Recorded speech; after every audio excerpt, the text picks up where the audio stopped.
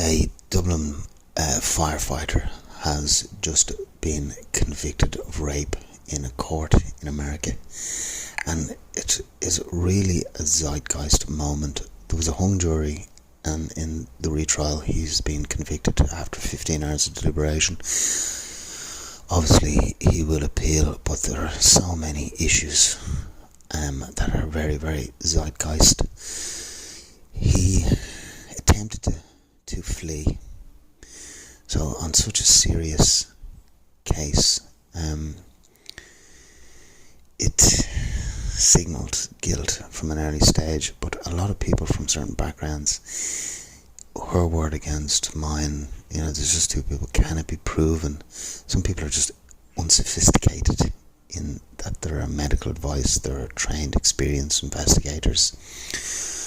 But a lot of men believe once they have someone in that kind of environment, if they kiss or open their legs, that then the man can go as far as they want. And there's a blurred line, and even if they cross a blurred line, they can explain it away, or they can essentially get away with it. In society, women were not believed. A law enforcement officer might say, this is tragic, but it's going to be very hard to prove. So the only convicted rape cases you had were men with slits in their face and attacked women on a dark night. People thought this was the only type of rape that there was, that women could not feel violated. If you work in an office block, because it's sedentary, people can't move around, there's a lot of nasty behaviour, a lot of nasty culture, and there's a lot of bullying and humiliation and intimidation, which is very low level and it can't be proven. And people feel violated, but there's nothing you can do about it. You just kind of have to accept it. It's very hard even to stand up against an individual.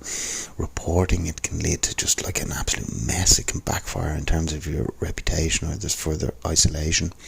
But the thought that women's bodies could be violated in this way and they can't report it is really rotten. So law enforcement are putting a lot of cases now and losing some, but it's better that they do. So women don't just feel safe going to law enforcement, but that they feel safe on nights out. Because one of the key points here is women enjoy sex and they have to experiment. Typically the experimentation is coming in the early 20s, where male or female, you don't have great life experience, you don't have great wisdom, and you're not a great judge of character. So mistakes can be made that men could feel so entitled that they could abuse the situation. One of the clear fault lines is that while the moments are unique and isolated, there are no witnesses. How can it be proven? Just put a straight face on it. Is that everybody involved in society, law enforcement officers, juries, judges, the viewing public or whatever, is we have experienced these moments. So while the specific reported case is unique and isolated, the spirit of it, the psychological aspect, we all know full well what is going on, and people can withdraw consent at any moment. Bad breath, smell, don't like to touch, whatever. Women have to feel safe to be able to do this. They have to feel safe to experiment in their 20s. They have to feel safe to be a bad judge of character and not have their bodies violated. People who are subjected to sexual assault may never recover.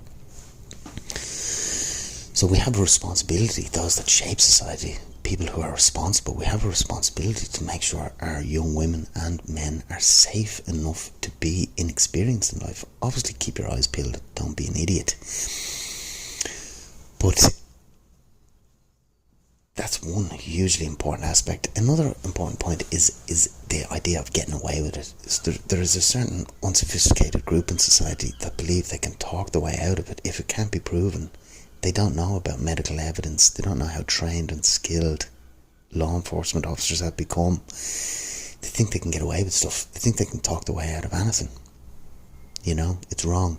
In times past, law enforcement officers could act as a judge.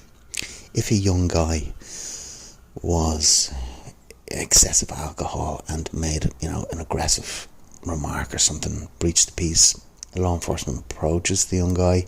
He's trembling with fear. They'd be directed to leave the area.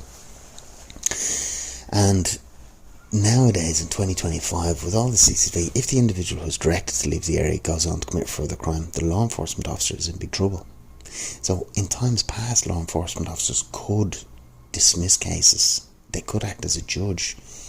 And even well-intentioned, experienced law enforcement officers doing the right thing could act as a judge. Now they can't, because they're employees in a big audit chain. It has to be played out through the courts, and there's a sanctity with legal counsel, where we can trust legal counsel. You would never ask legal counsel to do something wrong, and they would never do something wrong, because you've got right of appeal, and there is a judge and all that kind of thing.